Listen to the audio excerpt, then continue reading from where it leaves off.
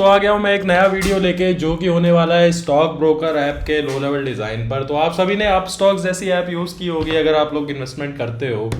तो उसी का क्वेश्चन है, पूछा गया था ये सेल्स फोर्स में 2024 नवंबर में और SD2 पोजीशन के लिए।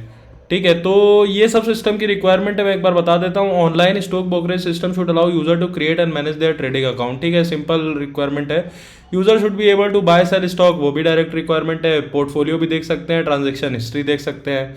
तो सारी जनरल रिक्वायरमेंट है, कुछ भी ऐसा खास नहीं है। System should provide real time stock codes. ये देखो, तो जब भी प्राइस चेंज होगा ना तो नोटिफिकेशन जानी चाहिए हर एक यूज़र को कि ये प्राइस चेंज हुआ है। ठीक है, ऐसा ये सिस्टम है। ठीक है, system should handle order placement. तो यूज़र ने बोला कि ये स्टॉक खरीदने हैं तो बीच की जो भी स्टेज है वो सिस्टम हैंडल कर लेगा। ठीक है, सिस्टम ही ऑर्डर प्लेस करेगा, एग्जीक्यूट करेगा, सेटलमेंट कर देगा। ठीक है, the system should enforce various business rule and validation. तो मान लो आप खरीदने गए कोई स्टॉक लेकिन अकाउंट में पैसा नहीं है, तो ये सारी चीज़ें वैलिडेशन भी सिस्टम करेगा। ठीक है, system should handle concurrent user. Concurrent user का मतलब बहुत सारे यूज़र आए, सबने एक साथ रिक्वेस्ट डाल दी स्टॉक खरीदने की, तो वो भी हैंडल हो जानी चाहिए। सिस्टम शुड भी स्केलेबल। ठीक है, ये स्केलेबल नॉन फंक्शनल रिक्वायरमेंट है, प्रोटेक्शन ये सब है। तो इस पे इन सब में ज़्यादा फोकस मत करना, ऊपर की जो फंक्शनल रिक्वायरमेंट है उसी पे फोकस करो। बाकी ये रिक्वायरमेंट तो हर एक क्वेश्चन में होती ही है। ठीक है, ये प्रोटेक्ट इन्फॉर्मेशन ये सब ऑथेंटिकेशन टाइप का लगा सकते हो, बट इंटरव्यू में इस तरह के क्वेश्चन में मेन फोकस आपका सिस्टम डिज़ाइन पे होता है। ये सब आप बाद में लगा सकते हो, टाइम बचे तो। ठीक है, तो थॉट प्रोसेस सोचते हैं यार। अब देखो कैसे आप एंटिटी क्लासेस, पहला स्टेप होता है सोचना। मेरा एक वीडियो है how to approach any low level design interview question, वो ज़रूर देखना आप। लिंक उसका डिस्क्रिप्शन में मिल जाएगा, वहाँ मैंने आपको स्टेप्स बताए हुए हैं। तो उसमें पहला स्टेप होता है कि एंटिटी क्लासेस सोचना। एंटिटी मतलब simply English noun, something which has an identity. तो अगर आप पहली लाइन पढ़ोगे, online stock brokerage system should allow user to create and manage account, तो दो एंटिटी तो यहीं से पता लग गई, यूजर और अकाउंट, वही यहाँ पे मैंने लिखी है। दूसरा, user should be able to buy and sell stock, तो स्टॉक भी अपने आप में एक एंटिटी होगी। ठीक है, as well as view their portfolio and transaction history. ठीक है, अब ट्रांजैक्शन जो होगा, पैसा वैसा लिया है आपने, उसकी हिस्ट्री दिखानी है, इसलिए ट्रांजैक्शन को भी अलग से हम एंटिटी की तरह देखेंगे, है ना। पोर्टफोलियो को हम एंटिटी की तरह क्यों नहीं यूज करेंगे, मैं आगे वीडियो में बताऊंगा आपको। ठीक है, तीसरा है system should provide real time stock code. ये तो इससे तो कोई एंटिटी आपको समझ में आ नहीं रही है। System should handle order placement. अब यहाँ पे आप सोच रहे होगे कि ऑर्डर को भी हम एंटिटी की तरह ले सकते हैं, लेकिन देखो यार, इस क्वेश्चन का मेन फोकस ना स्टॉक ब्रोकरेज बताना है, मतलब buy sell stock, view portfolio, transaction history. ये एक सब सिस्टम है, मतलब उसके अंदर की चीज़ है, तो इस पर बहुत ज़्यादा फोकस नहीं करोगे। अगर इस पर बहुत ज़्यादा फोकस होता तो इंटरव्यू का क्वेश्चन इस तरह से होता कि design the functionality of order execution while buying and selling stock, इस तरह क्वेश्चन होता, तब हम यहाँ पे ऑर्डर को एक अलग एंटिटी की तरह लेते। देखो, स्कोप को ना जितना कम रखो उतना अच्छा होता है। ये सब रिक्वायरमेंट तो आपको क्लेरिफाई करनी होंगी, वो इंटरव्यूअर सिर्फ इतना बोलेगा design stock brokerage system like up stock, बस। अब अगर 45 मिनट के इंटरव्यू में यार 10 मिनट तो आपके बातें बताने में लग जाएंगे, उसके बाद थोड़ा एंटिटी सोचने में लग जाएंगे, 15-20 मिनट कोड करने को मिलेगा। तो स्कोप को छोटा रखो। और मेरा यही एक्सपीरियंस है 99% ऑफ टाइम की जितनी भी आप 2-4 फंक्शनलिटी बताओगे ना, इंटरव्यू बोलेगा हाँ हाँ वेल डन, आगे बढ़ो। तो अगर आप बहुत ज़्यादा बता दोगे तो वो उतना ही इंप्लीमेंट करवाने की कोशिश करेगा, कम बताओगे तो कम में ही काम चल जाएगा। ठीक है, तो एंटिटीज हमारी केवल इतनी ही रहेंगी। ठीक है, सर्विसेज पे आते हैं। क्रिएट अकाउंट एक फंक्शन हमें चाहिए होगा, बाय स्टॉक सेल स्टॉक एक चाहिए होगा, व्यू पोर्टफोलियो चाहिए होगा, व्यू ट्रांजैक्शन हिस्ट्री चाहिए होगा। क्रिएट अकाउंट मैंने बनाया, बाय सेल स्टॉक बनाया, व्यू पोर्टफोलियो व्यू हिस्ट्री बनाया। एक व्यू स्टॉक भी फंक्शन आपको मतलब चाहिए होगा। ये क्यों चाहिए होगा, क्योंकि system should provide real time stock codes. तो ऐसे समझ लो यार कि यूजर अगर कोई स्टॉक खरीदना चाहता है तो पहले वो स्टॉक को देखेगा भी ना कि स्टॉक की करंट वैल्यू क्या है। ठीक है, तो इतनी ही सर्विसेज चाहिए होंगी आपको, इतनी एंटिटी चाहिए होंगी। ठीक है, अब इसमें सिंगलटन कहाँ कहाँ चाहिए होगा, तो जो मेरा सिंगलटन डिजाइन पैटर्न का वीडियो है उसमें मैंने आपको बताया हुआ है कि सिंगलटन हम क्यों यूज करते हैं, कहाँ यूज करते हैं, कैसे यूज करते हैं, कब यूज करते हैं। ठीक है, तो उसमें मैंने आपको यही बताया था, दो ही सिचुएशन होती है जिसमें हम सिंगलटन पैटर्न यूज करते हैं। जब भी कोई भी सर्विस फंक्शन किसी ऐसे डेटा मेंबर पे ऑपरेट होता है जो कि शेयर्ड स्टेट में हो। अब ये शेयर्ड स्टेट क्या होती है, जब आप मेरा सिंगलटन पैटर्न का वीडियो देखोगे तो आपको समझ में आ जाएगा। यहाँ पे बहुत ओवरव्यू नहीं दूंगा वरना वीडियो लंबा हो जाएगा। तो जब भी कोई सर्विस फंक्शन किसी शेयर्ड स्टेट में ऑपरेट करता है, जैसे मान लो एक सर्विस फंक्शन के अंदर फॉर लूप लगा हुआ है जो आके किसी शेयर्ड स्टेट को चेंज कर रहा है, तो ये तो पहला पॉइंट हो गया। वहां पे हम उस फंक्शन को एक क्लास के अंदर डालते हैं और उस क्लास को सिंगलटन बना देते हैं ताकि इस क्लास का हमेशा एक ही ऑब्जेक्ट बने, ठीक है। या फिर जब भी भले वो शेयर्ड स्टेट में ना ऑपरेट कर रहा हो, लेकिन ऐसी पॉसिबिलिटी है कि करोड़ों यूजर इस फंक्शन को एक साथ कंकरेंटली यूज करेंगे, तो भाई होगा क्या कि ये जो फंक्शन है आप ऑब्वियसली किसी क्लास के अंदर ही डालोगे, उस क्लास के ऑब्जेक्ट बनेंगे इस फंक्शन को यूज करने के लिए। तो उस केस में करोड़ों लोग एक साथ आएंगे तो 1 करोड़ ऑब्जेक्ट मेमोरी में एक साथ बन जाएंगे, जिसकी वजह से मेमोरी एक्सप्लोजन होगा, ऑब्जेक्ट एक्सप्लोजन बोलते हैं, heap memory out of bound error आएगा। इस वजह से इन दोनों में कोई भी केस हो रहा हो तो ऐसे फंक्शन को आप एक नई क्लास में डालते हो, उस क्लास को सिंगलटन बनाते हो। सिंगलटन कैसे बनाते हैं ये आपको मेरे सिंगलटन डिजाइन पैटर्न के वीडियो में मिल जाएगा। आगे इसी वीडियो में मैं कोड जब वॉक थ्रू दूंगा तो उसमें भी बता दूंगा सिंगलटन कैसे बनाते हैं, ठीक है। तो यहां पे आप देख रहे होगे कि मल्टीपल यूजर एक साथ आके स्टॉक बाय कर सकते हैं, स्टॉक सेल कर सकते हैं, है ना। और ये जो स्टॉक की लिस्ट होगी वो एडमिन डालेगा कि ये 15 हमारे पास स्टॉक है जिसको खरीदा या बेचा जा सकता है। हो सकता है मल्टीपल यूजर आए और सबके सब किसी एक पर्टिकुलर स्टॉक को ही खरीदने की रिक्वेस्ट एक साथ डाल दें, है ना। तो ये जो स्टॉक की लिस्ट होगी वो एक शेयर्ड स्टेट हो गई जिसको मल्टीपल यूजर्स यूज कर सकते हैं, है ना, या मॉडिफाई कर सकते हैं। और उस शेयर्ड स्टेट पे कौन से 2 फंक्शन ऑपरेट करेंगे, बाय स्टॉक, सेल स्टॉक। तो इसीलिए हमें इन दोनों फंक्शन को किसी दूसरी क्लास में डालना होगा जिस क्लास को हम सिंगलटन बनाएंगे, ठीक है। पोर्टफोलियो तो यार मैं अपना ही देख सकता हूं, मैं किसी और का देख नहीं सकता हूं, इसलिए ये शेयर्ड स्टेट नहीं होगी, ठीक है। और ट्रांजैक्शन हिस्ट्री भी मैं अपनी देख सकता हूं, दूसरों की नहीं देख सकता। अभी जो व्यू स्टॉक फंक्शन है ना, इसको भी आप सिंगलटन क्लास के अंदर डालोगे, क्यों? क्योंकि भले ही ये किसी शेयर्ड स्टेट में ऑपरेट नहीं कर रहा है, किसी शेयर्ड स्टेट को मॉडिफाई नहीं कर रहा है। 15 स्टॉक की लिस्ट है, ये केवल व्यू करवा रहा है, उसको मॉडिफाई नहीं कर रहा है। बट करोड़ों यूजर एक साथ आके बोल सकते हैं ना कि यार हमें स्टॉक देखने हैं। तो अगर आप सिंगलटन इस फंक्शन को जिस क्लास में डालोगे उसको सिंगलटन नहीं बनाओगे तो उसके 1 करोड़ ऑब्जेक्ट बन जाएंगे, ठीक है। इसीलिए सिंगलटन हम यूज करेंगे इसके लिए। उसके अलावा एक रिक्वायरमेंट ये है कि system should provide real time stock update. इसका मतलब यह है कि स्टॉक में किसी ने चेंज किया, मान लो मैं यूजर हूं और 15 स्टॉक है लिस्ट में और उसमें किसी ने एडमिन ने जाके स्टॉक का प्राइस चेंज किया तो नोटिफिकेशन आना चाहिए कि प्राइस चेंज हो गया है। ऐसे समझ लो कि स्टॉप लॉस और ये सब लगाते हैं ना हम लोग कि जब इतना स्टॉक आ जाए तो हमें बेचना है तो तुम्हारी ऐप में नोटिफिकेशन आती है कि चलो यार स्टॉक का प्राइस इतना आ गया, बेच दो। तो उसके लिए हम लोग ऑब्जर्वर डिजाइन पैटर्न यूज करेंगे, जहां पे ऑब्जर्वर हमारे कौन होंगे, यूजर। ऑब्जर्वेबल क्या होगा, स्टॉक की लिस्ट। ऑब्जर्वर डिजाइन पैटर्न का भी मेरा वीडियो देखना, उसमें आपको पता लग जाएगा ऑब्जर्वर कैसे यूज करते हैं। आगे जब मैं कोड में वॉक थ्रू दूंगा वहां पे भी आपको बता दूंगा। तो यही यार पैटर्न्स थे हमारे पास जो मेनली हम लोग यूज कर रहे हैं। कमांड पैटर्न यहाँ पे क्यों नहीं यूज करेंगे ये भी मैं स्पेसिफाई कर दूं। आपको लग रहा होगा कि यार यूजर कमांड दे रहा है बाय स्टॉक सेल स्टॉक, लेकिन बेटा बाय स्टॉक और सेल स्टॉक में अंडू रीडू नहीं है। एक बार आपने बाय कर लिया फिर उसको अंडू नहीं कर सकते, अंडू का मतलब सेल ही हो जाएगा, ठीक है। या सेल कर दिया तो उसको अंडू नहीं कर सकते, उसका अंडू का मतलब फिर से दोबारा बाय करना ही हो जाएगा जो ऑलरेडी फंक्शनलिटी है। तो यहाँ पे अंडू रीडू वाली चीज नहीं है, ठीक है। स्ट्रेटेजी तो पूरे सिस्टम में कहीं भी इस तरह की बात, मतलब कोई भी इस तरह का टास्क दिख ही नहीं रहा है जो मल्टीपल तरीके से हो सकता है और फ्यूचर में एक पॉसिबिलिटी हो नया ऐड होने की। भाई बाय स्टॉक खरीदने का एक ही तरीका है, पैसा दो खरीदो, कोई मल्टीपल तरीके तो है नहीं। अब अगर ऐसा होता कि स्टॉक खरीदने की जो रिक्वेस्ट है वो आप ईमेल के थ्रू भी भेज सकते हो, नोटिफिकेशन के थ्रू भी भेज सकते हो, स्लैक की थ्रू भी भेज सकते हो, पुश नोटिफिकेशन की तरह भी भेज सकते हो और फ्यूचर पॉसिबिलिटी एसएमएस की तरह भी भेज सकते हो, तब हम स्ट्रेटेजी यूज कर सकते थे। लेकिन उतना डीप में आपको जाना नहीं है 45 मिनट के इंटरव्यू में। तो यही दोनों डिजाइन पैटर्न मेनली यहाँ पे यूज होंगे, ठीक है। अब एक बार मैं क्लास डायग्राम से आपको वॉक थ्रू दे देता हूं। तो जो भी मैंने एंटिटीज बनाई थी वो एक एक करके एक्सप्लेन कर देता हूं। स्टॉक नाम की एक क्लास होगी, उसमें स्टॉक की आईडी होगी, स्टॉक का नाम होगा, प्राइस होगा, क्वांटिटी होगी, है ना। कि यार मार्केट में 1,00,000 स्टॉक अवेलेबल है और एक स्टॉक का इतना प्राइस है, स्टॉक का नाम ये है, इंटीजर ये है, आईडी। ट्रांजैक्शन मतलब जो आप ट्रांजैक्शन खरीदोगे बेचोगे तो किस अकाउंट ने, हर यूजर का एक अकाउंट होता है ना, डीमैट अकाउंट। उस अकाउंट से ट्रांजैक्शन हुआ है वो यहाँ पे रहेगा, कौन सा स्टॉक खरीदा है वो यहाँ पे रहेगा, कितने शेयर खरीदे हैं, एक स्टॉक के 10 शेयर खरीदे हैं तो वो क्वांटिटी यहाँ पे रहेगी, कितना पैसा भरा था वो यहाँ पे रहेगा। अब जो अकाउंट यूजर बनाएगा उसमें क्या होगी, अकाउंट की आईडी, फिर उसमें आप बैलेंस भरवाओगे, अपने डीमैट अकाउंट में भरवाते हो ना, वैसे ही यहाँ पे बैलेंस भरवाओगे, आप टॉपअप करवाओगे उसको।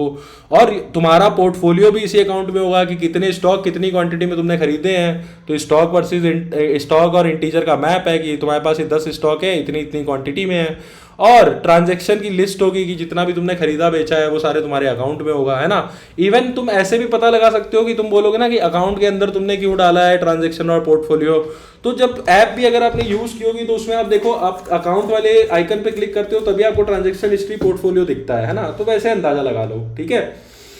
अब ये जो व्यू पोर्टफोलियो फंक्शन है वो इसके अंदर मैंने क्यों डाला है, क्योंकि एक यूजर केवल अपना ही पोर्टफोलियो देख सकता है, दूसरों का तो देख नहीं सकता, ठीक है। और ऐड स्टॉक इन पोर्टफोलियो क्या है, जब मैं कुछ स्टॉक खरीदूंगा तो वो मेरे पोर्टफोलियो में ऐड हो जाएगा। मैं ऐसा तो है नहीं कि मैं किसी और के बिहाफ पे खरीद के उसके पोर्टफोलियो में डाल सकता हूँ, या अपने अकाउंट से खरीदूं लेकिन स्टॉक ट्रांसफर कर दूं किसी और के अकाउंट में, ऐसा हो नहीं सकता। इसलिए दोनों फंक्शन मैंने अकाउंट क्लास के अंदर डाले हैं। सिमिलरली कोई बेचूंगा तो स्टॉक से निकलेगा, वो भी मैंने अपने में डाला है। ऐड ट्रांजेक्शन, ट्रांजेक्शन की लिस्ट में जो भी मेरा ट्रांजेक्शन हुआ है उसको ऐड कर देगा। व्यू ट्रांजेक्शन, पूरी लिस्ट लाके व्यू करवा देगा। ये यूजर क्लास है, यूजर की आईडी होगी, नाम होगा, यूजर ने जो अकाउंट बनाया है वो यहाँ पे होगा। क्रिएट अकाउंट फंक्शन एक्सपोज किया हुआ है, ठीक है। सिमिलरली गेट अकाउंट है, सिमिलरली व्यू पोर्टफोलियो है, मेरा खुद का पोर्टफोलियो मुझे चाहिए, अकाउंट मेरे पास है, तो ये व्यू पोर्टफोलियो के अंदर से आप देखोगे basically account dot portfolio call हो रहा होगा। अब व्यू ट्रांजेक्शन भी यही है, ये जो अकाउंट है इसके अंदर ट्रांजेक्शन की लिस्ट थी, तो व्यू ट्रांजेक्शन फंक्शन के अंदर से मैं अकाउंट डॉट ट्रांजेक्शन पार्स कर रहा हूँ, लिस्ट दिखा रहा हूँ। अब आपको इस क्लास को देख के लग रहा होगा कि यार इसमें तो मल्टीपल आपने फंक्शनलिटी डाली हुई है, सिंगल रिस्पॉन्सिबिलिटी कहता है कि एक क्लास में एक ही रिस्पॉन्सिबिलिटी होनी चाहिए।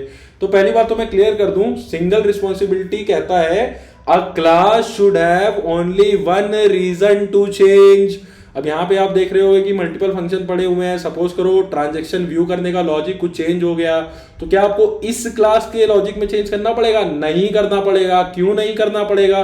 क्योंकि जो व्यू ट्रांजैक्शन फंक्शन है ना, ये अपने आप में कुछ नहीं करता, ये अपने अंदर से account dot view transaction call कर देता है। तो जो भी चेंज होगा ट्रांजैक्शन देखने के तरीके में हुआ होगा वो अकाउंट डॉट व्यू ट्रांजैक्शन के अंदर हुआ होगा। इस क्लास में कुछ नहीं है, ये तो केवल रिस्पॉन्सिबिलिटी डेलीगेट करता है एक दूसरे फंक्शन को जो अकाउंट क्लास के अंदर है। नीचे कोड में मैं आपको बताऊंगा। अब आते हैं नोटिफिकेशन भिजवाने की तरीके की। तो अगर आपने मेरा ऑब्जर्वर डिजाइन पैटर्न का वीडियो देखा होगा तभी आपको ये चीज समझ में आएगी, वरना बिल्कुल नहीं समझ में आएगी। तो वीडियो को बंद कर दो, मत देखो अगर नहीं देखा है आपने ऑब्जर्वर डिजाइन पैटर्न का वीडियो। अदरवाइज डिस्क्रिप्शन में आपको लिंक मिल जाएगा, वहां जाके आप देख लेना। तो मैंने क्या बताया था कि नोटिफिकेशन किसको भिजवानी है? यूजर को भिजवानी है। तो ऑब्जर्वर है यूजर। अब कब नोटिफिकेशन भेजेगी? जब स्टॉक का प्राइस चेंज होगा। तो ऑब्जर्वेबल है स्टॉक की लिस्ट, है ना। तो जब भी हम लोग ऑब्जर्वर डिजाइन पैटर्न इंप्लीमेंट करते हैं तो कैसे इंप्लीमेंट करते हैं? पहले तो हम लोग ऑब्जर्वर का एक इंटरफेस बनाते हैं जिसमें अपडेट नाम का मैंने यहाँ पे फंक्शन कॉल कर दिया है। बेसिकली नोटिफाई नाम का फंक्शन होता है, मैंने बस फंक्शन का नाम चेंज किया है। तो एक इंटरफेस बनाऊंगा स्टैक ऑब्जर्वर, स्टॉक ऑब्जर्वर, और जो भी हमारे ऑब्जर्वर है यानी कि एक्चुअल में यूजर, ठीक है, तो उनको नोटिफिकेशन भिजवाने के लिए यूजर नोटिफायर बनाया हुआ है। अब देखो यूजर नोटिफायर मैंने क्यों बनाया है भाई? ऐसा भी तो हो सकता है ना कि आप यूजर को भी भिजवाओ और बैकएंड में आपके पास कोई सिस्टम है, उस पर कोई सर्विस यूज हो रही है, उस पर भी आपको नोटिफिकेशन भिजवाना है ना। ऐसा मान के चलो मैं रियल सिचुएशन दे देता हूं कि मैं कुछ स्टॉक्स को फॉलो कर रहा हूं, उनका प्राइस जब भी चेंज हो तो मुझे नोटिफिकेशन आए। ऐसे ही एक और कोई सर्विस है बैकएंड में, जैसे मान लो म्यूचुअल फंड की कोई सर्विस है जिसमें ये स्टॉक लिस्ट है, तो उस म्यूचुअल फंड का जो ओनर है उसको भी एक मेल जाना चाहिए, तो वो अलग सिस्टम होगा। तो म्यूचुअल फंड नोटिफायर वहां पे बना देंगे। यूजर नोटिफायर तो होगा ही, म्यूचुअल फंड नोटिफायर भी होगा, लेकिन हमारे सिस्टम में केवल यूजर को नोटिफिकेशन भिजवानी है, इसलिए यूजर नोटिफायर मैंने बनाया हुआ है। अब किसी क्लास में किसी इंटरफेस को इंप्लीमेंट कराते हैं तो उस इंटरफेस के अंदर का जो फंक्शन होता है उसको हमें ओवरराइड कराना होता है। तो यही अपडेट फंक्शन मैंने यहाँ पे ओवरराइड कराया हुआ है। अब ये जो यूजर नोटिफायर क्लास होगी, इसमें ये यूजर होगा, मतलब 500 यूजर है तो 500 नोटिफायर बनेंगे, क्योंकि ऐसी पॉसिबिलिटी हो सकती है कि 500 लोगों को भिजवाने का अलग अलग तरीका है। कोई वेब ऐप यूज करता है, कोई मोबाइल ऐप यूज करता है। मोबाइल ऐप यूज करता है तो उसको पुश नोटिफिकेशन भिजवाओगे, वेब ऐप यूज करता है तो उसको दूसरी तरीके की नोटिफिकेशन भिजवाओगे। बट क्योंकि क्वेश्चन का फोकस इस बात पे नहीं है तो इसलिए हम लोग स्ट्रेटेजी डिजाइन पैटर्न यहाँ पे यूज नहीं कर सकते हैं। हमने सिंपल एक नोटिफायर बनाया है और ये इमेजिन किया है कि एक ही तरीके से सबको नोटिफिकेशन भिजवाएंगे। अब मैंने आपको बताया था कि ऐसे जो भी फंक्शन होते हैं जो किसी शेयर्ड स्टेट में ऑपरेट करते हैं, उनको हम एक नई क्लास में डालते हैं और उस क्लास को सिंगलटन बनाते हैं। तो ये स्टॉक मैनेजर क्लास बनेगी हमारी वो सिंगलटन क्लास, जिसके अंदर आप ये बाय स्टॉक, सेल स्टॉक, ये सब आप फंक्शंस देख सकते हो। अपडेट स्टॉक प्राइस, ये अपडेट एडमिन करेगा, ठीक है। रजिस्टर ऑब्जर्वर, मतलब जब भी मैं यूजर हूं, मैं नया अकाउंट बनाऊंगा और मान लो किसी पर्टिकुलर अकाउंट, पर्टिकुलर स्टॉक को फॉलो करूंगा, तो मैं एज अ ऑब्जर्वर रजिस्टर हो जाऊंगा। बट इस क्वेश्चन की रिक्वायरमेंट पे ऐसा नहीं बोला गया है कि you can subscribe to particular stock. ये मान के हम चल रहे हैं कि जितने भी स्टॉक अवेलेबल है, जब भी उनमें कोई प्राइस चेंज होगा तो यूजर को नोटिफिकेशन जानी है। तो जैसे ही मैं एज अ यूजर रजिस्टर करूंगा, अपना अकाउंट बनाऊंगा, वैसे ही मैं ऑब्जर्वर यहाँ पे बन जाऊंगा। उसके बाद आता है ऐड स्टॉक फंक्शन। तो ये भी एडमिन यूज करेगा। कोई नया स्टॉक उसको ऐड करना है लिस्ट में जिसको यूजर खरीद बेच सकते हैं, तो वो यहाँ पे ऐड स्टॉक फंक्शन यूज करेगा। अब किसी क्लास को सिंगलटन बनाने के दो ही तरीके होते हैं। पहला कि उस क्लास के टाइप का ही एक डेटा मेंबर क्लास के अंदर डाल दो जिसको स्टैटिक बना दो। दूसरा, गेट इंस्टेंस नाम का फंक्शन बना दो। वो गेट इंस्टेंस नाम का फंक्शन सिर्फ इतना चेक करता है कि क्या इस क्लास का पहले कभी ऑब्जेक्ट बना है। तो वो चेक करता है कि ये जो उसी क्लास के टाइप का डेटा मेंबर बनाया था, क्या वो नल है। अगर वो नल है तो उसका नया ऑब्जेक्ट बना देता है, उसे रिटर्न कर देता है। अदरवाइज नल नहीं है तो इस इंस्टेंस को ही रिटर्न कर देता है। तो करोड़ों यूजर जब आएंगे और इस क्लास के थ्रू इन फंक्शंस को यूज करना चाहेंगे, तो वो कभी भी ऐसे नहीं करेंगे कि न्यू स्टॉक मैनेजर का ऑब्जेक्ट बनाएंगे, ऐसा नहीं करेंगे। वो क्या करेंगे, stock manager dot get instance. Get instance static member function होता है, इसलिए बिना ऑब्जेक्ट बनाए भी इसको इन्वोक कर सकते हैं। अब आते हैं कोड पे। तो सबसे पहले स्टॉक नाम की एंटिटी है, जैसा मैंने बताया था, आईडी होगी, स्टॉक का नाम होगा, स्टॉक का प्राइस होगा, कितने स्टॉक मार्केट में अवेलेबल है वो होगा। सेल्फ एक्सप्लेनेटरी यहाँ पे कंस्ट्रक्टर है। टू स्ट्रिंग नाम का फंक्शन बस इतना बता देता है कि ये नाम है, ये प्राइस है, इतनी क्वांटिटी अवेलेबल है, ठीक है। अब ट्रांजैक्शन जो आप पैसा खरीदोगे बेचोगे उसके लिए है। तो ट्रांजैक्शन में क्या होगा, ट्रांजैक्शन की आईडी होगी, किस अकाउंट से हुआ है वो होगा, कौन सा स्टॉक के लिए हुआ है वो होगा, कितना क्वांटिटी खरीदा है बेचा गया उस स्टॉक का वो होगा, कितने पैसे में बेचा गया है वो होगा। सेल्फ एक्सप्लेनेटरी यहाँ पे कंस्ट्रक्टर है। जैसे स्टॉक में ये टू स्ट्रिंग फंक्शन था, वैसे ये ट्रांजैक्शन की डिटेल बताने के लिए गेटर टाइप का है, ठीक है। अब आते हैं अकाउंट क्लास पे। तो अगेन अकाउंट की कुछ आईडी होगी, अकाउंट में बैलेंस होगा जिसको आप टॉप अप कराओगे जब भी स्टॉक खरीदोगे, तो यहीं से बैलेंस कम ज्यादा होगा। और जिस यूजर का ये अकाउंट है उस यूजर का पोर्टफोलियो होगा, मतलब इस अकाउंट में इतने स्टॉक है, सबकी इतनी इतनी क्वांटिटी अभी है, और इस अकाउंट से जितने भी ट्रांजैक्शन हुए उनकी लिस्ट होगी। सेल्फ एक्सप्लेनेटरी यहाँ पे कंस्ट्रक्टर है। अब इसके अंदर व्यू पोर्टफोलियो फंक्शन है जो सिंपली इस मैप को पार्स कर देता है। वीडियो को पॉज करना और ये सिंटैक्स समझ लेना। मैं जावा पढ़ाने यहाँ पे नहीं बैठा हूँ, मेरा काम है डिजाइन पढ़ाना। दूसरा है add stock in portfolio function. तो यूजर ने कोई स्टॉक खरीदा तो उसको पोर्टफोलियो में ऐड कराने के लिए फंक्शन यूज होता है। सिंपली इसमें आप स्टॉक पास करोगे, क्वांटिटी पास करोगे, और पोर्टफोलियो जो मैप ऊपर मैंने बनाया था उसके अंदर ये मैपिंग पुट हो जाएगी, खत्म। नीचे है रिमूव स्टॉक। तो जैसे आप बेचोगे तो स्टॉक से हटाना भी पड़ेगा, उसके लिए ये लॉजिक लिखा हुआ है, पढ़ लेना वीडियो को पॉज करके। जो चेक्स है वो यहाँ पे मैंने लगाया हुआ है ना, कि ऐसा ना हो कि आप कुछ खरीदने या बेचने जा रहे हो, मतलब कुछ खरीदने स्टॉक जा रहे हो लेकिन अकाउंट में पैसा ही नहीं है, ठीक है। अब देखो, अच्छा इसको और ब्यूटीफाई आप कैसे कर सकते हो, आप एक्सेप्शन भी भिजवा सकते हो यहाँ पे, लेकिन ये सब ना बाद की मतलब कॉस्मेटिक चेंज होते हैं। मेन आपने जब इतना पूरा लॉजिक लिख दिया उसके बाद आप इंटरव्यूअर को बोल सकते हो कि I can provide multiple checks here in the form of exceptions. और फिर आता है ऐड ट्रांजैक्शन फंक्शन। तो मान लो आपने कोई स्टॉक खरीद लिया या बेच लिया, तो जो भी ट्रांजैक्शन हुआ है पैसे का उसको ट्रांजैक्शन की लिस्ट में आप ऐड करा दोगे ऑब्जेक्ट, ठीक है। ये ट्रांजैक्शन की लिस्ट थी। उसके बाद नीचे व्यू ट्रांजैक्शन फंक्शन है, सिंपली इस लिस्ट को पार्स कर देगा ट्रांजैक्शन वाली की। अब आता है यूजर। तो यूजर जब भी सिस्टम में आएगा तो उस यूजर की एक आईडी बनेगी, उस यूजर का नाम होगा, उस यूजर का एक अकाउंट बनेगा, ठीक है। तो एक क्रिएट अकाउंट फंक्शन मैंने दिया हुआ है। यूजर सबसे पहले खुद को रजिस्टर करेगा, फिर अपना अकाउंट बनाएगा, वो अकाउंट यहाँ पे असाइन हो जाएगा। सेल्फ एक्सप्लेनेटरी कंस्ट्रक्टर है, ये गेटर है, ये व्यू पोर्टफोलियो है। तो मैं हूं यूजर, मेरे पास मेरा अकाउंट है, view portfolio function simply account dot view portfolio कर रहा है। तो अब देखो, मैंने ऊपर बोला था ना कि आपको ऐसा लग सकता है कि यूजर क्लास के अंदर मल्टीपल रिस्पॉन्सिबिलिटी है, नहीं है। क्यों? क्योंकि पोर्टफोलियो व्यू करने की यूजर के अंदर दिख रहा है आपको फंक्शनलिटी है, बट ये सिर्फ डेलीगेटर फंक्शन है। अंदर से वो किसी और क्लास के ऑब्जेक्ट का व्यू पोर्टफोलियो कॉल कर रहा है। तो कल को पोर्टफोलियो व्यू करने का मान लो प्रोसेस चेंज भी हो गया, तो ये जो account dot view portfolio function है उसके अंदर चेंज होगा, इस क्लास में यहाँ पे कोई चेंज नहीं करना पड़ेगा। तो सिंगल रिस्पॉन्सिबिलिटी प्रिंसिपल कहता है कि या class should only have one reason to change, तो या अभी भी एक ही रीजन है इस क्लास में चेंज होने का।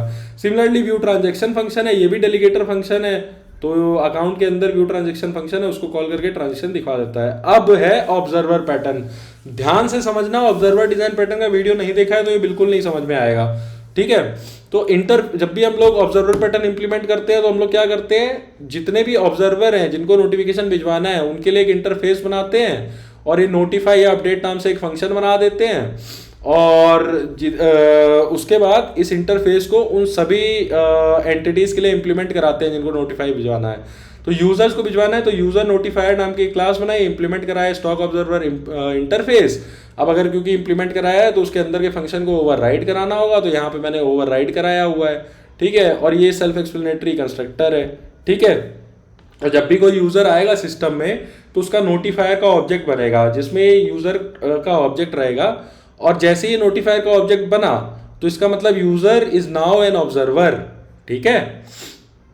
देखो ये जो अपडेट फंक्शन है वो क्या करता है, यूजर को सिंपली अपडेट करता है कि notifying user dot name that this stock, जो भी स्टॉक है जिसके बारे में नोटिफिकेशन भिजवानी है या आया हुआ है उसका नाम, उसका नया प्राइस ये है, ठीक है।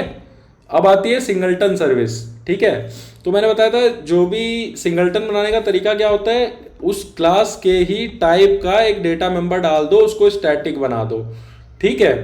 दूसरी बात, एक गेट इंस्टेंस नाम का फंक्शन बना दो, उसको भी स्टैटिक बनाओ, सिंपली चेक करता है कि ये जो इंस्टेंस है वो नल है कि नहीं। अगर वो नल है मतलब पास्ट में कभी इस क्लास का ऑब्जेक्ट नहीं बना है, ऐसा केस है तो बना दो, ऐसा केस नहीं है तो जो बना हुआ है पिछला इंस्टेंस वही रिटर्न करा दो।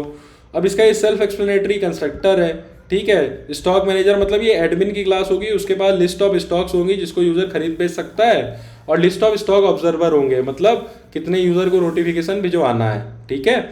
ऐड स्टॉक नाम का सिंपली फंक्शन है, एडमिन ने बोला मार्केट में नया स्टॉक आया है, वो यहाँ पे ऐड कर देगा stocks dot add. Register observer मतलब कोई यूजर है उसने अपना अकाउंट बनाया और इस लिस्ट के लिए उसको ऑब्जर्व कराना है, तो बस भाई वो ऑब्जर्वर यहाँ पे आएगा और ऑब्जर्वर्स की लिस्ट में ऐड हो जाएगा। अब एक चीज आप यहाँ पे थोड़ा सा समझ रहे होगे कि ये जो ऑब्जर्वर है उसका टाइप है स्टॉक ऑब्जर्वर, ठीक है। बट यहाँ पे जो भेजोगे आप उसका टाइप होगा यूजर नोटिफायर।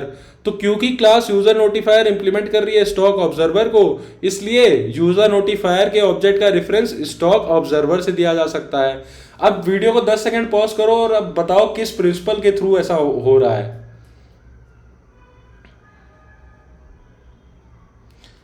इसको बोलते हैं लिस्कोव सब्स्टिट्यूशन प्रिंसिपल, जो कहता है कि a parent class object should be replaceable with child class object anywhere in the code without any run time exception. तो पेरेंट क्लास क्या है, स्टॉक ऑब्जर्वर, लेकिन उसके अंदर आएंगे काहे के ऑब्जेक्ट, यूजर नोटिफायर के। तो कल को मान लो कोड में यहाँ पे मैं स्टॉक ऑब्जर्वर की जगह टाइप यूजर नोटिफायर भी कर देता हूं, तो कोड क्या ब्रेक होगा, नहीं ब्रेक होगा, है ना। तो लिस्कोव सब्स्टिट्यूशन प्रिंसिपल के तहत ऐसा हो रहा है। एक बार फिर से रिकैप कर देता हूं कि कोई भी क्लास अगर किसी इंटरफेस को इंप्लीमेंट कर रही है तो उस क्लास के ऑब्जेक्ट का रेफरेंस इंटरफेस के ऑब्जेक्ट के थ्रू दिया जा सकता है। ये नोटिफाई ऑल ऑब्जर्वर फंक्शन है, जो भी तुम्हारे ऑब्जर्वर्स की लिस्ट है उसको जाएगा, पास करेगा और सबका अपडेट फंक्शन कॉल कर देगा, ठीक है। अब यहीं पे अगर ऐसी फंक्शनलिटी होती कि यूजर को जो नोटिफाई करवाने का लॉजिक है वो अलग अलग है, तो उस केस में हम लोग क्या करते हैं, हम लोग स्ट्रेटेजीज बनाते हैं अलग अलग तरीके से भिजवाने की, और हर स्ट्रेटेजी यहाँ पे हम लोग ऐसे करते हैं। यहाँ पे ऊपर एक मिनट, हाँ, तो यहाँ पे हम लोग क्या करते हैं, नोटिफिकेशन भिजवाने की स्ट्रेटेजी स्टोर करवाते हैं हर एक ऑब्जर्वर के लिए, हर एक यूजर के लिए, और उस स्ट्रेटेजी के तहत जो भी अपडेट फंक्शन होता है, ईमेल स्ट्रेटेजी होती है तो ईमेल के थ्रू, एसएमएस होती है एसएमएस के थ्रू, पुश होती है पुश के थ्रू, ठीक है। तो ये एक फॉलो अप क्वेश्चन हो सकता है, आप मेरे को कमेंट में बताना आप कैसे करोगे ये स्ट्रेटेजी वाली चीज। अगर ना समझ में आए तो कमेंट डाल देना, मैं कर दूंगा, ठीक है। तो ठीक है, हम लोग यहाँ पे आते हैं। नोटिफाई करवाने की फंक्शनलिटी थी अपडेट स्टॉक प्राइस, तो जिस स्टॉक को वो अपडेट कराना है उसकी आईडी, उसका नया प्राइस, लिस्ट में जाके उस स्टॉक को ढूंढोगे और उसका प्राइस चेंज करने के बाद ये notify all observer function call करोगे, तो जितने भी ऑब्जर्वर है उन सबको नोटिफिकेशन चला जाएगा। उसके बाद आता है बाय स्टॉक फंक्शन। तो भाई कोई अकाउंट से ही आप खरीद रहे होगे, वो अकाउंट यहाँ पे आएगा, किस स्टॉक को खरीदना है उसकी आइडिया आएगी, कितना शेयर खरीदना है वो आएगा। अब ये जो सिंटैक्स है ना, थ्रो एक्सेप्शन, ये नया तरीका है जावा का। इसमें क्या होता है कि यहाँ पे कुछ भी अगर दिक्कत आई तो एक्सेप्शन थ्रो हो जाता है, बस दैट्स ऑल। ट्राई कैच का एक बढ़िया सा वर्जन है, ऐसे समझ लो। ठीक है, तो कैसे हम लोग करेंगे, स्टॉक की जो लिस्ट होगी उसको पास करेंगे, वो पर्टिकुलर स्टॉक ढूंढेंगे जो यूजर को बाय करना है, और फिर उसका जो कॉस्ट निकालेंगे कि इतने शेयर यूजर को खरीदने हैं, करंट प्राइस ये है तो टोटल कॉस्ट इतनी लगेगी। अकाउंट में अगर उतना पैसा नहीं है तो एक्सेप्शन भिजवा दो, या फिर जितनी क्वांटिटी यूजर खरीदना चाहता है उतनी क्वांटिटी बाजार में नहीं है तो भी एक्सेप्शन भिजवा दो। अदरवाइज वो क्वांटिटी यूजर ने खरीद ली है तो जितनी खरीदी है उतनी माइनस करा दो स्टॉक में से, और जो स्टॉक है उसको यूजर के पोर्टफोलियो में ऐड कराना है। तो यूजर का अकाउंट तुम्हारे पास था, उसके अंदर ऐड स्टॉक पोर्टफोलियो फंक्शन था, वो तुमने कॉल कर दिया, और यूजर के अकाउंट में से बैलेंस भी कम करवाना है जो भी कॉस्ट का शेयर खरीदा है। और ये एक ट्रांजैक्शन है, तो फिर ट्रांजैक्शन की लिस्ट जो यूजर के अकाउंट में थी उसमें भी ऐड कराना है। तो नया ट्रांजैक्शन का तुमने ऑब्जेक्ट बनाया, उसमें ये सारी डिटेल भरी और ये चला गया, उसके बाद ब्रेक कर दिया, खत्म। सेल स्टॉक में भी सेम चीज है, एक अकाउंट आएगा जो सेल करना चाहता है, किस स्टॉक को सेल करना चाहता है, उसकी आईडी, कितने शेयर सेल करना चाहता है वो भी आएगा। तो फिर से हम लोग लिस्ट को पार्स करेंगे, वो स्टॉक निकालेंगे, उस स्टॉक की क्वांटिटी बढ़ा देंगे, क्योंकि ये बेचे जा रहे हैं शेयर, तो मार्केट में अब ये शेयर अवेलेबल हो जाएंगे, एक्स्ट्रा शेयर। ठीक है, रिवेन्यू जो यूजर को मिलेगा वो कितना होगा, जो स्टॉक का करंट प्राइस है मल्टीप्लाई बाय जितना वो बेचना चाहता है। ठीक है, अब ये यूजर ने बेच दिया तो उसको अपने पोर्टफोलियो से हटाना है, तो remove stock from portfolio function call करेंगे जो अकाउंट ऑब्जेक्ट के अंदर था। ठीक है, और स्टॉक पास कर देंगे, शेयर पास कर देंगे, पोर्टफोलियो से निकल जाएगा। अब यूजर को इतना रिवेन्यू मिला है तो उसके अकाउंट में जो बैलेंस था उसमें वो ऐड हो जाएगा, और ये पूरी चीज एक ट्रांजैक्शन थी, इसलिए यूजर की ट्रांजैक्शन हिस्ट्री में, मतलब जो ऐड ट्रांजैक्शन फंक्शन क्या करता है, अकाउंट के अंदर एक लिस्ट ही ट्रांजैक्शन वाली, उसमें नया ट्रांजैक्शन ऐड कर देगा। व्यू स्टॉक लिस्ट, सिंपली जो लिस्ट है उसको पार्स करो और एक एक करके प्रिंट करा दो, खत्म। क्लाइंट कोड, अब आता है वॉक थ्रू। तो सबसे पहले हम लोग मैनेजर क्लास बनाएंगे। ठीक है, इसको देखो हम लोग न्यू स्टॉक मैनेजर करके नहीं बना रहे हैं, stock manager dot get instance बना रहे हैं। ठीक है, यही सिंगलटन का फायदा होता है। न्यू कीवर्ड यूज करोगे तो नया ऑब्जेक्ट बनेगा, बट यहाँ पे नया ऑब्जेक्ट नहीं बन रहा, क्योंकि गेट इंस्टेंस फंक्शन क्या करता है, ये चेक करता है कि पहले से कोई ऑब्जेक्ट बना है इस क्लास का कि नहीं। अगर नहीं बना है तो नया बनाता है, अदरवाइज पुराना ही रिटर्न कर देता है। फिर हमने मान लो अभी सिर्फ 2 स्टॉक बनाए हैं, अब स्टॉक मैनेजर क्लास का ऐड स्टॉक फंक्शन यूज किया तो ये दोनों जो स्टॉक्स थे वो लिस्ट में ऐड हो गए। उसके बाद हमने एक यूजर बनाया ऐसे करके, न्यू यूजर। तो ये ऊपर यूजर क्लास थी, ये यूजर क्लास, उसका ये कॉल हुआ होगा कंस्ट्रक्टर, आईडी और नाम वहां पे चले गए होंगे।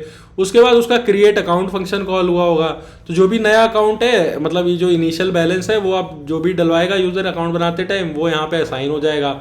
अब this dot account equal to new account, मतलब अकाउंट क्लास ये है तुम्हारी, उसका कंस्ट्रक्टर कॉल हुआ होगा जिसमें इनिशियल बैलेंस आईडी आई होगी, ये सारी चीज़ें बन जाएंगी। एक पोर्टफोलियो के लिए नया हैश मैप बन जाएगा, इनिशियली वो एम्प्टी रहेगा क्योंकि जैसे ही अकाउंट बनाए कोई स्टॉक तो खरीदे नहीं अभी। ट्रांजैक्शन की लिस्ट अभी एम्प्टी होगी। इतना हो गया, अब नीचे आते हैं। हाँ, उसके बाद रजिस्टर करवाना होगा यूजर को अपने आप को, नोटिफिकेशन चाहिए कि नहीं। जैसे कई बार आपको आता है ना कि would you like to be notified, जैसे आप रिज्यूमे भरते हो, एप्लीकेशन भरते हो, would you like to be notified for future possibility, तो समझ लो उस चेकबॉक्स पे जब क्लिक करते हो तो ये वाला फंक्शन कॉल होगा रजिस्टर ऑब्जर्वर। तो मैनेजर क्लास ये थी हमारी, उसमें रजिस्टर ऑब्जर्वर नाम का एक फंक्शन था। ये रजिस्टर ऑब्जर्वर फंक्शन क्या करता है, ऑब्जर्वर, देखो ऑब्जर्वर क्या है, यहाँ देखो रजिस्टर ऑब्जर्वर जो फंक्शन है उसमें तुमने देखो यूजर नोटिफायर नाम का ऑब्जेक्ट बनाया। ठीक है, वो यूजर नोटिफायर नाम का ऑब्जेक्ट यहाँ पे तुम्हें मिला होगा, और ऑब्जर्वर की जो लिस्ट है स्टॉक मैनेजर क्लास में उसमें ये ऑब्जर्वर ऐड हो गया होगा। ठीक है, तो ये है यूजर नोटिफायर, और इसमें कहाँ गया, हाँ U1 पास किया है, मतलब जो यूजर तुमने बनाया था वो यहाँ पे तुमने पास किया हुआ है। तो ये जो यूजर नोटिफायर क्लास है उसको ये यूजर मिला होगा, है ना, यहाँ पे कंस्ट्रक्टर में, और यहाँ पे असाइन हो गया होगा, और वो जो ऑब्जर्वर्स की लिस्ट है उसमें यहाँ पे ऐड हो गया रजिस्टर ऑब्जर्वर में। ठीक है, उसके बाद देखो शो स्टॉक नाम का फंक्शन है, तो जो भी स्टॉक मार्केट में अवेलेबल थे वो सारे, ये जो manager dot view stock list function है वो क्या करता है, सिंपली उस लिस्ट को पार्स करके शो करा देगा यूजर को। ठीक है, फिर आते हैं manager dot by stock U1 dot gate account. तो हमने क्या बोला था, जो बाय स्टॉक फंक्शन है उसमें हमें अकाउंट भेजना होता है, तो यूजर 1 का अकाउंट भेजा है, मतलब यूजर 1 खरीदना चाहता है। एक ID1 है जिस स्टॉक को खरीदना चाहता है, उसके 10 शेयर खरीदना चाहता है, ठीक है। तो ये देखो ये बाय स्टॉक, तो जो भी तुम्हारे पास स्टॉक की लिस्ट होगी उसमें से वो वाला स्टॉक निकालेगा जिसकी ID1 है, ठीक है। उसके बाद जो कॉस्ट लगेगी उसको खरीदने में वो क्या होती है, उस स्टॉक का प्राइस मल्टीप्लाई बाय शेयर। अब जब तुमने स्टॉक बनाया था यहाँ पे स्टॉक 1, तो उसका प्राइस तुमने क्या रखा था 150, शेयर कितने रखे थे 100। तो ये मैथमेटिकल कैलकुलेशन होगी और यहाँ पे चेक होगा कि यूजर के अकाउंट में उतना बैलेंस है कि नहीं, या और इतनी क्वांटिटी स्टॉक मतलब मार्केट में अवेलेबल है कि नहीं। उसके बाद मैं ये walk through already buy stock function का दे चुका हूँ, वीडियो पॉज करके देखना, आपको समझ में आ जाएगा। सिमिलरली तुम्हारा यहाँ पे यार सेल स्टॉक का फंक्शन है, इसका भी वॉक थ्रू दे चुका हूँ। U1 डॉट व्यू पोर्टफोलियो, तो जो यूजर क्लास थी U1 ऑब्जेक्ट था उसका, उसके अंदर पोर्टफोलियो था यूजर का, वो यहाँ से आपको व्यू हो जाएगा। वो अपने ट्रांजेक्शन भी देख सकता है। मैनेजर चाहे तो स्टॉक अपडेट कर सकता है, तो मैनेजर क्लास का जो अपडेट स्टॉक नाम का फंक्शन है वो यहाँ पे है। तो वो पर्टिकुलर स्टॉक आईडी मैनेजर भेजेगा, जिसको अपडेट कराना है उसका न्यू प्राइस भेजेगा, लिस्ट में हम लोग पार्स करेंगे और वो स्टॉक ढूंढ के निकाल देंगे, उसका नया प्राइस डाल देंगे, फिर notify all observer function call कर देंगे। नोटिफाई ऑल ऑब्जर्वर फंक्शन ये रहा, ये अगेन क्या करेगा, जो भी ऑब्जर्वर की लिस्ट है वहां पे जाएगा, हर एक को उठा के उनका अपडेट फंक्शन कॉल कर देगा। तो यही था यार हमारा स्टॉक ब्रोकर ऐप। जैसे कि अब स्टॉक्स वगैरह का लो लेवल डिज़ाइन, कमेंट में ज़रूर बताना अगर आपको कोई डाउट हो या कोई चीज़ ना समझ में आए हो। और मुझे ये भी बताना कि अगर आपने रिसेंटली कोई इंटरव्यू दिया है तो आपसे कौन सा क्वेश्चन पूछा गया था। मैं पूरी कोशिश करूंगा जल्द से जल्द उस पर एक वीडियो आपको प्रेजेंट करूं। तो वीडियो को यहीं खत्म करते हैं। अलविदा दोस्तों।